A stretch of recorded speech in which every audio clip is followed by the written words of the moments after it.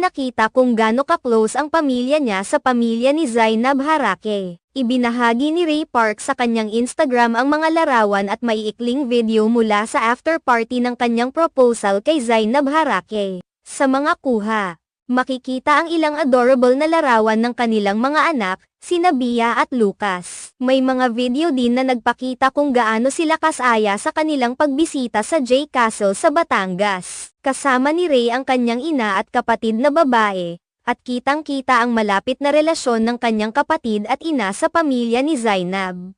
Ang mga sandaling ito ay tila nagsilbing pagpapatunay ng kanilang masayang samahan at ang init ng kanilang pamilya. Mula sa mga ngiti at tawanan, tunay na naipapakita ang saya ng bawat isa sa kanilang mga aktibidad. Bilang isang bagong pamilya, mahalaga ang mga ganitong okasyon upang lalo pang pagtibayin ang kanilang ugnayan. Sa bawat ngiti ng mga